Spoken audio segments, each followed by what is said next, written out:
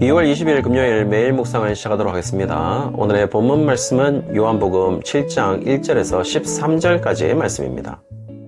오늘 본문은 매일 성경 토요일 본문입니다. 오늘 본문은 예수님과 예수님의 형제들과 유대인들과의 관계에 대한 이야기를 하는 것으로 보이는데요.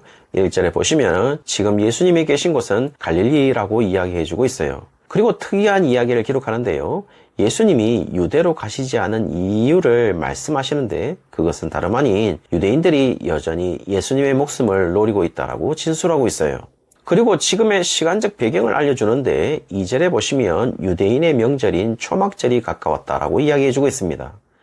이런 이야기를 한 후에 갑자기 이 시점에서 3절에 예수님의 형제들이 등장하게 되죠. 그들은 예수님께 유대로 갈 것을 제안을 합니다. 그러나 그들의 의도는 그렇게 좋은 것으로 여겨지지는 않습니다. 그들은 예수님이 많은 표적을 행해서 많은 사람들이 그것을 보고 메시아로 인정되기를 바라는 마음보다는 그들은 그냥 비웃는 듯한 느낌을 지울 수가 없어요. 왜냐하면 그들에 대해서 5절에 보시면 믿지 않는 사람들이었기 때문이다 라고 이야기해주고 있거든요. 그러므로 이들이 제안한 것은 예수님, 형님, 메시아라고 하니까 유대에 가서 한번 표적을 보여주세요. 그럼 믿을지도 모릅니다. 라는 그 정도의 말로 보입니다. 이 말은 그대로 3절에 드러나고도 있어요. 그리고 이 뉘앙스가 비웃는 것이 아니라면 아주 인간적으로 생각해서 마치 물 들어올 때 노져야 한다는 식의 발상으로 보입니다. 그래서 유대로 가서 거기에 있는 제자들에게도 예수님이 행하는 표적 같은 것을 행해서 갈릴리에서뿐만 아니라 이제 본토로 가서 예수의 영역을 확장할 필요가 있는 것처럼 이야기하고 있어요. 그래서 3절에 나타나는 예수의 형제들이 말하고 있는 유대에 있는 제자들의 정체는 예수님의 12제자를 의미하는 것은 아닌 것으로 보입니다.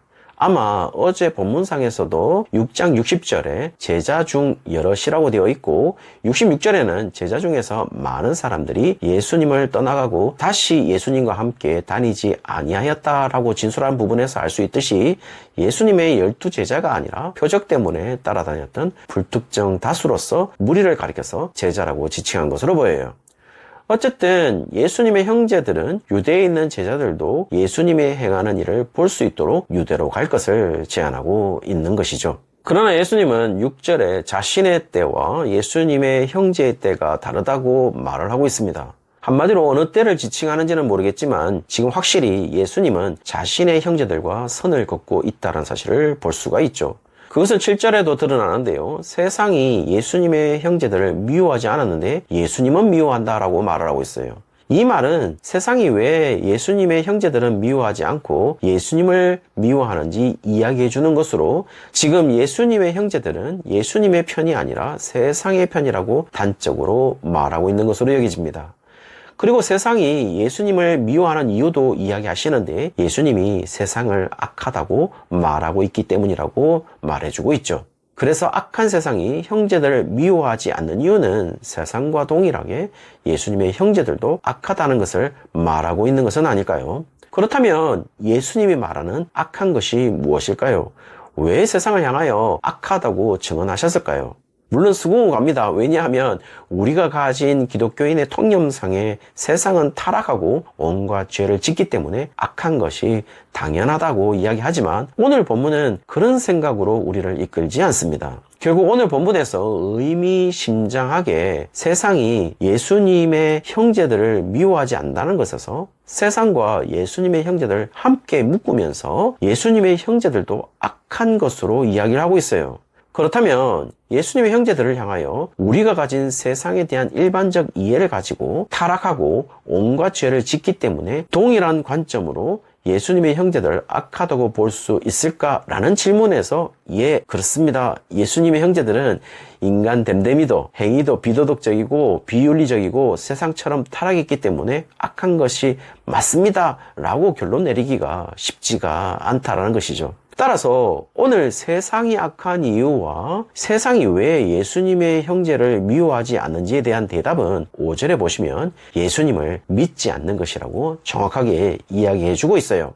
무엇이 악한 것일까요? 예수님을 믿지 않는 것이겠죠. 이런 이해를 가지고 다시 본문으로 돌아가 보면 8절에 형제들에게 먼저 명절에 유대로 올라가라고 예수님이 이야기합니다. 그러나 내 때가 차지 못했으니 이 명절에 아직 올라가지 아니한다라고 이야기를 하죠. 그러나 10절에 보시면은 예수님은 형제들이 올라간 후에 은밀히 가게 됩니다. 정말 이상합니다. 오히려 지금 어떤 서프라이즈가 아니라면은 예수님은 거짓말을 하고 있는 것이죠. 만약 거짓말한 것이 아니라고 하려면 예수님이 유대로 올라가지 않으신 이유는 형제들에게 아직 자신의 때가 이르지 아니했다라고 6절에 이야기했기 때문에 유대로 올라갈 수 있는 시점은 자신의 때가 이르렀을 때 올라가겠다는 것을 의미하고 있습니다. 더 구체적인 말로 8절로 보시면은 자신의 때가 차면 올라가겠다는 것을 의미하는 것이겠죠. 그렇다면 도대체 예수님은 어느 때가 차서 올라가신 것일까요? 7장에 예수님의 때가 이르지 아니했다라는 구절이 오늘 본문이 아닌 곳에서 한 번 더 나타나는데요. 30절에 보시면은 그의 때가 아직 이르지 아니하였음이라 라는 이야기를 하고 있어요. 그런데 상당히 의미심장한 것은 여기에서 때는 호라라는 단어로 오늘 본문의 때인 카이로스와 다른 단어를 사용하고 있습니다. 30절에 나타나는 때인 호라는 요한복음에서 많이 나타나는 단어로 2장 4절에 보시면은 어머니 마리아에게 예수님이 포도주가 없는 것을 아직 해결할 시간이 되지 않았다라는 것을 말하면서 거절하는 것으로 내 때가 아직 이르지 않았다라는 그 때, 그리고 4장 21절과 23절에서 사마리아 여인과 대화를 할 때 참으로 예배할 때, 그 때를 이야기할 때 이 호라라는 단어가 사용되었습니다. 사실 우리는 크로노스와 카이로스라는 시간의 비교를 하지만 카이로스와 호라의 개념은 정확하게 구분하지 않는 것으로 보여요. 분명 크로노스는 연대기적 시간의 흐름이기 때문에 객관적 시간의 흐름을 말하고 있는 것이 분명해 보입니다. 그러나 카이로스는 그 의미 자체도 제우스의 막내 아들의 이름으로 기회의 신으로 불렸기 때문에 자신이 설정할 수 있는 기회나 찰나이기 때문에 상당히 주관적인 시간을 이야기하는 것으로 보여요. 그렇다면 호라는 무엇일까요? 정황상 카이로스가 말하는 그 기회와 결정적인 찰나의 그 순간 자체를 의미하는 것으로 보입니다. 따라서 7장 30절에 보시면 예수님을 잡으려고 하는 사람이 예수님을 잡지 않았는데 아직 예수님의 때 호라가 이르지 아니했다라는 것은 이 호라라는 때가 십자가에 죽을 바로 그 시간 자체를 의미하는 것으로 보여요. 그러나 오늘 본문은 특별히 8절에서 카이로스라는 때는 뒤에 구절이 알려주듯이 무언가 차야 하는, 가득 차야 하는 그 시간을 가리키고 있어요. 여기에서 차다라는 말은 플레로라는 말로 완성하다, 가득하게 하다, 끝까지 채우다 라는 의미를 가지고 있어서 무언가 가득 차야 완성되어야 하는데 그것은 아마도 하나님의 시간표에 완벽하게 들어맞아야 한다는 것을 의미하고 있고, 그런 구속사의 시간표에서 예수님의 죽음의 시간이 다가왔기 때문에 예수님은 유대로 올라가신 것으로 보입니다.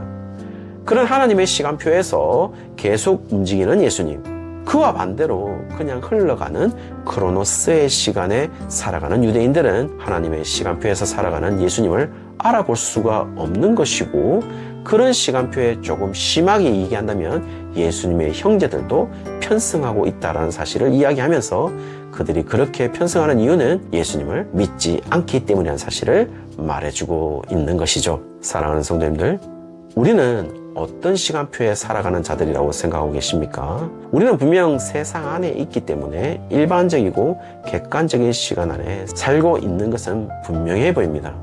그러나 그 시간 이면에 흐르는 하나님의 시간표가 있습니다. 더 정확하게 이야기한다면 그 일반적이고 객관적이라고 생각하는 그 시간 이면에 흐르는 여러분을 향한 하나님의 시간표가 우리에게는 진짜가 아닐까요? 그 시간표 속에 우리에게 요구되는 것은 오로지 한 가지인 것 같습니다.